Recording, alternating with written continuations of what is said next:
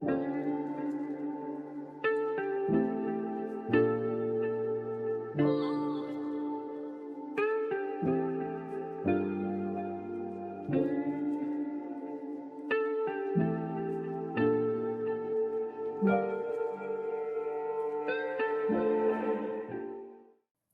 pessoal. Eu sou Cláudia Daiane, eu sou doutora em História e técnica administrativa em Educação na UFPEL. Eu faço parte da rede de historiadoras negras e de historiadores negros e convido a todas, todos e todos a acessar a minha apresentação Gerações de Mulheres Quilombolas no Litoral Negro do Rio Grande do Sul, na coluna Nossas Histórias. E eu vou falar sobre 4 gerações de mulheres quilombolas de Teixeiras, situado aqui no litoral negro do Rio Grande do Sul. São essas gerações, a geração de Maria, a geração de Teodora, a geração de Geraldina e a geração de Dona Oswaldina. Mulheres que, desde a escravidão, lutam por liberdade e terra.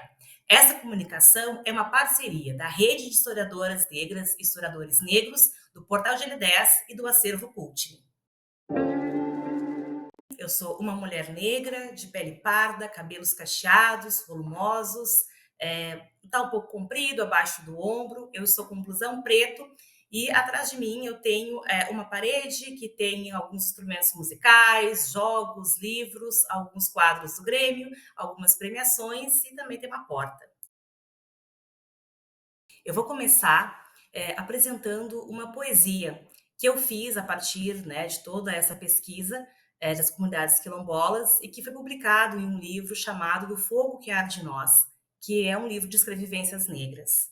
O nome é Gerações. Sou Maria, Maria da Costa. Rasguei o mar aos prantos. No porão do tumbeiro, esperançar foi meu devaneio. No litoral negro, a maternidade. Mãe na senzala, vó na liberdade.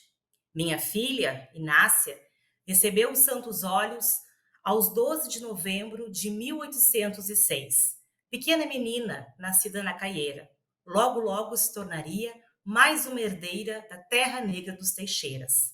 Luciana, gerada em meu preto ventre, batizaria sua filha Teodora. Nasceu livre, a neta quilombola. Do que, para constar, foi feito esse assento, lá pelos meados dos 800. Na igreja matriz de São Luís de Mostardas, mais uma geração desta africana. Na pia, a recém-nascida Luciana, geração que tosquia, lava, carda, fia e tece. Mãos calejadas, erguidas para fazer a prece. Eu comecei essa apresentação com esse poema, especialmente porque quando eu fui pesquisar as comunidades quilombolas, sempre que se falava sobre a questão de terras, havia um destaque para o protagonismo dos homens, né? Mas eu comecei, né, a perceber que seria fundamental para compreender esse espaço quilombola, esse território quilombola, esse litoral negro, entender as mulheres quilombolas, né? Então essas mulheres, portanto, que estão na comunidade desde a época em que conquistaram terras e liberdade e que lutam diariamente, né, para a manutenção da sua família, né, da terra. Né?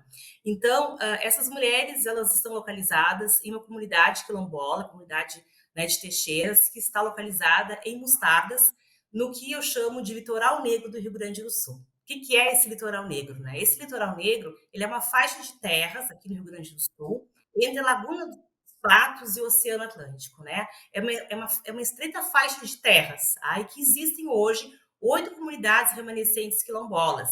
E quando a gente volta na história, na primeira metade do século XIX, a gente consegue perceber, identificar, né, e mapear uma série de outras terras negras que foram herdadas, né, por pessoas que eram escravizadas e que conquistaram a terra e a liberdade. Então, esse litoral é esse espaço, né, de uma grande presença negra, contrapondo-se, né, a uma narrativa oficial de que os açorianos povoaram a região, né? E é também esse espaço que é amarrado por laços de parentesco, por redes de fé em Nossa Senhora do Rosário, pela sabedoria das parteiras, das benzedeiras, esse espaço, então, né, que outrora era senzala e que hoje é liberdade, ainda é terra quilombola e que a luta ela é muito constante e permanente. Né? Estudar essas mulheres é estudar a história, o legado, portanto, né, de mulheres negras quilombolas que têm ancestrais em África. E eu dividi esse meu texto em 4 gerações. A primeira geração é a geração de Maria. A Maria é uma das herdeiras, né, de uma grande façanha de 15 pessoas escravizadas que conseguiram, né, registrar, né, que tiveram é, um legado registrado em testamento dos antigos proprietários do Campo da Caeira. Eram 3 irmãos, né, que eram sem filhos, açorianos, e que deixaram é, em registros, em 3 testamentos, um pequeno rebanho, algumas ferramentas, braças de terra, uma casa na povoação de Mostarda e também, né, a liberdade. Né? A Maria, portanto, ela está entre essas legatárias, né? Ela e a sua filha Inácia, né, que eu li aqui no poema, e a Maria, portanto, conquista essas terras. E a gente tem, durante essa primeira metade do século XIX, que é esse momento, portanto, né, de conquista de terras, uma série de outros grupos negros que também estão conquistando. Um deles, inclusive, é o Quilombo de Casca, também vizinho, que tem intensas redes de parentesco. A geração de Maria, portanto, é uma geração, né, que vem de África e que está assentada em terra quilombola, que conquista a terra e que tece uma série de redes com outras comunidades de negros diversos, né, da região, espalhando, intensificando as famílias negras, no sentido também de proteção, né, e de manutenção de suas práticas culturais, inclusive a fé em Nossa Senhora do Rosário. Né? A Maria, portanto, é uma das tantas mulheres negras, né, que tecem esse litoral e que fazem com que ele exista e resista até a atualidade. Né? É, a segunda geração é a geração da Teodora. A Teodora já nasce legatária, né? Ela é filha, portanto, da Maria, uma das filhas da Maria, e ela vai nascer na década de 1860. Ela convive, portanto, com outras senzalas que tem na região e com uma grande quantidade de imóveis negros, né? E que a gente pode perceber pelas árvores, né, genealógicas, uma série de redes com casamentos, com padrinhos, né, com madrinhas, e a gente pode perceber, né, que a família negra, portanto, né, ela é muito importante, né, nessa proteção, portanto, dessas terras quilombolas e de toda uma vizinhança, né, em grande parte açoriana, uma grande quantidade de terras, né, e que posteriormente, inclusive, vai estar muito de olho nessas terras, no sentido de que são terras que posteriormente vão ser valorizadas. Né? A Teodora tem uma filha, que é a Luciana, e que está presente ainda hoje na memória quilombola, no sentido que era uma mulher que trabalhava nas fazendas, que saía para trabalhar, que também plantava em casa, e no censo agropecuário de 1920, a Luciana está entre as proprietárias de terra. E isso é um fato muito interessante e muito importante, no sentido de que, bom, todos esses fragmentos, né, que vão estar apontando a longevidade, né, desse assentamento quilombola nessa região. Né? Esses pequenos indícios são grandes documentos, né, importantes para a gente conseguir articular, né, essas redes para a manutenção da terra. Né? A Luciana, ela teve alguns filhos e a neta dela, né, que é a Magda, a bisneta dela, aliás, né, que é a Magda, a gente vai perceber de uma série de narrativas, né, apontando, inclusive, que ela teve um filho que é chamado de cria roubada, né, que seria um filho com um homem branco, né, que não teria assumido, e com isso, portanto, no registro, né, do Arnaldo não consta o nome do pai. É claro que aqui nós temos uma história quilombola, né, uma memória quilombola, portanto, apontando, né, que ele não tinha um pai no registro, mas a gente sabe também o quanto que esses registros eles são muito precários, né? O quanto que a gente sabe que existem pais, né, que estavam presentes na família e que não aparecem no registro. Nesse caso, né, específico, né, a memória quilombola aponta, né, que a Luciana ela não teve então esse companheiro ao seu lado, né? Essa memória de luta, de sair para trabalhar, portanto, né, de conseguir trazer o sustento para os filhos, ainda está muito presente. Essa geração, portanto, né, da Teodora e da Luciana nascem legatárias, né? E tem essa luta de conseguir essa manutenção que cada vez mais, com o passar do tempo, essa manutenção de terras torna-se cada vez mais difícil e precária. Inclusive, a gente vai ver com a ação do Estado brasileiro, né, legitimando uma série de expropriações. A terceira geração é a geração da Geraldina. a Geraldina, ela casa com o filho da Luciana, né? A gente sabe poucas informações, a gente sabe o nome da mãe dela, mas infelizmente não sabemos, né, mais, né, sobre essas árvores, né, genealógicas, né? E o quanto também, né, que é um trabalho muito difícil de fazer, né, de conseguir se conectar pela fragmentação, né, por ter acesso a livros muitas vezes, né, que estão, né, com uma caligrafia difícil de se ler, apagados, né? Ou então esse despreparo, esse descuidado de quem está fazendo esses registros, né? De a gente ficar muito perdido muitas vezes de como identificar, portanto, esses nomes. Quem é filho de quem? Então, é um trabalho muito minucioso, né? Mas é muito gratificante quando a gente vê essas árvores prontas, né? E vê que é possível, portanto, conectar esse assentamento quilombola de hoje, essas mulheres negras de hoje, né, com aquelas mulheres negras que estão lá naquele testamento de 1826.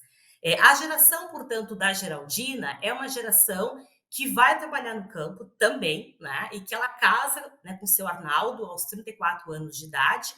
A irmã também, né, da dona Geraldina, casa com outra família também de Teixeiras, então articulando cada vez mais, né, essa rede.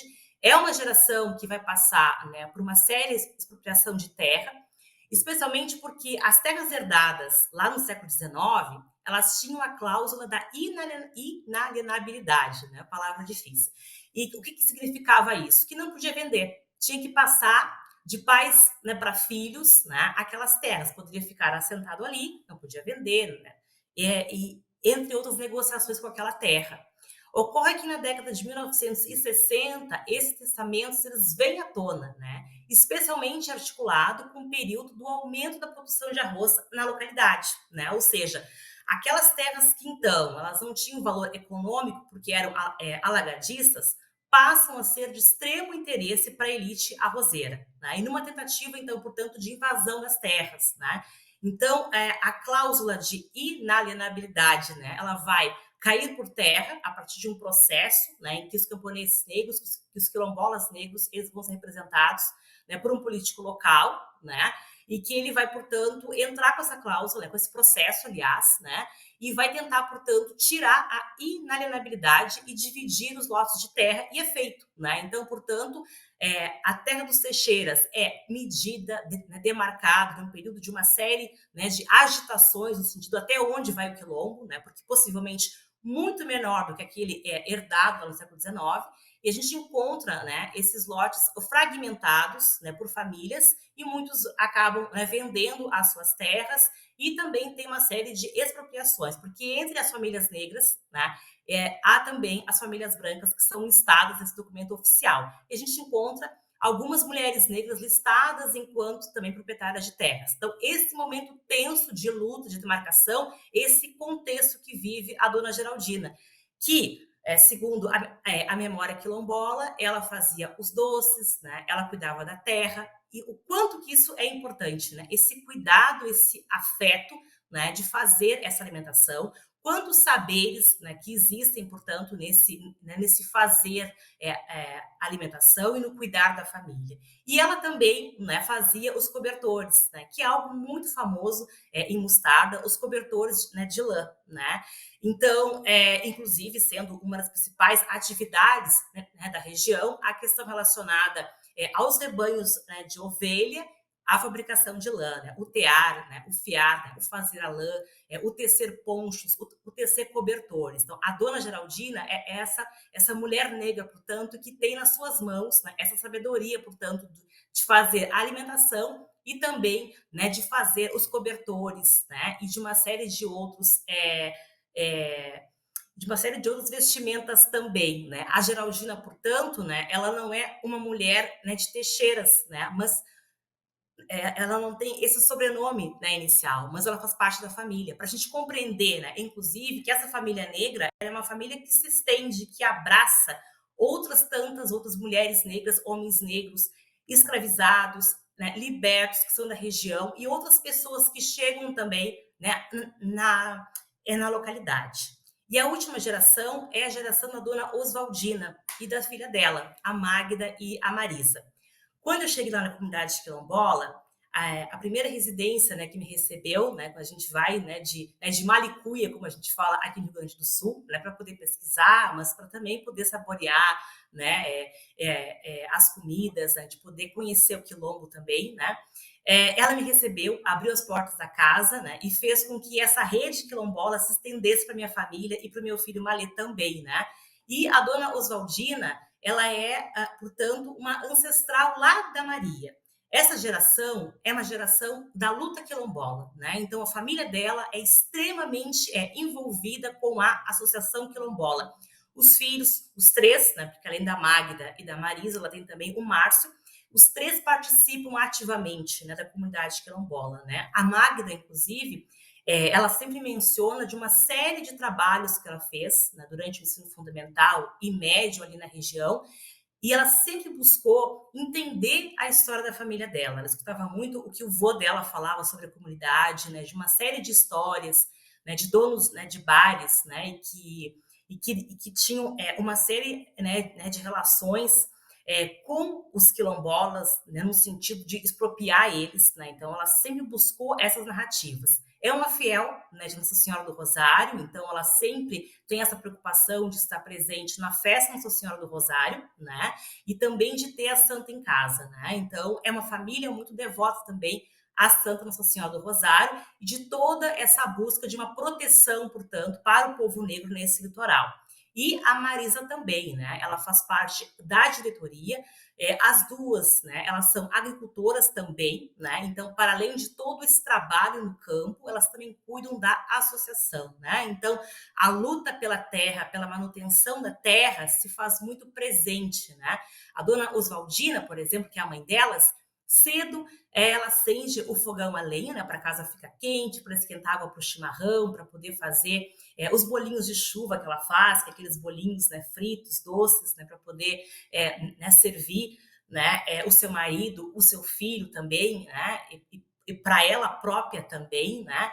Então esse cuidado, portanto, né, de aquecer, de cuidar a alimentação, eu brinco que esse fogão a lenha também aquece a luta, né? Porque estamos com todo esse carinho, né, com a alimentação, faz com que essa família também, e ela inclusive, porque ela participa também, né, da associação também, né, de estar dentro, de estar cuidando, né, de estar organizando e preparando, portanto, esse espaço de luta e de ter essa família que está sempre presente, né, na causa quilombola, né? Inclusive, no último dia 22, aliás, no último dia 26 de julho, né, a comunidade quilombola fez uma festa para comemorar, né, os 196 anos do último testamento, né, que ficou registrado as terras, e dos 16 anos da Associação Quilombola.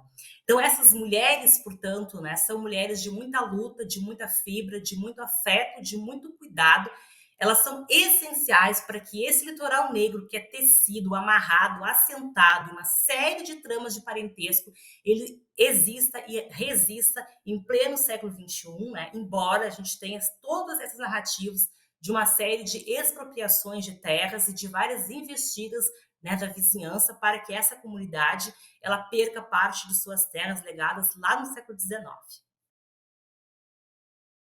Então, eu falei aqui, né, sobre 4 gerações de mulheres negras quilombolas, da comunidade quilombola de Teixeiras, do litoral negro do Rio Grande do Sul, histórias que começam, né, lá na África, né, e que se assentam aqui no litoral do Rio Grande do Sul, especialmente, né, a gente destaca essa participação das mulheres negras nessa conquista de terra, de liberdade, e o quanto que essas gerações, portanto, tanto da Maria, da Teodora, da Geraldina e da dona Oswaldina, são essenciais, né, para a luta quilombola, para a conquista e manutenção das terras, né, e o quanto que há uma série de conhecimentos, né, de saberes e de fazeres, portanto, ancestrais, né, e essa luta ela é presente no dia a dia e remonta lá na primeira metade do século XIX. Então, gente, espero que vocês tenham gostado um pouco dessas histórias quilombolas aqui do litoral negro do Rio Grande do Sul. Deixar aqui um abraço para a dona Oswaldina, a Magda, a Marisa e toda a comunidade, né, que sempre me recebeu com tanto carinho, com tanto afeto. Agradecer a rede, né, de historiadoras negros, historiadores negros, o Cultine, o Gile10, né, e vocês que estão aqui me assistindo. Espero que vocês leiam, que vocês gostem bastante. Até a próxima.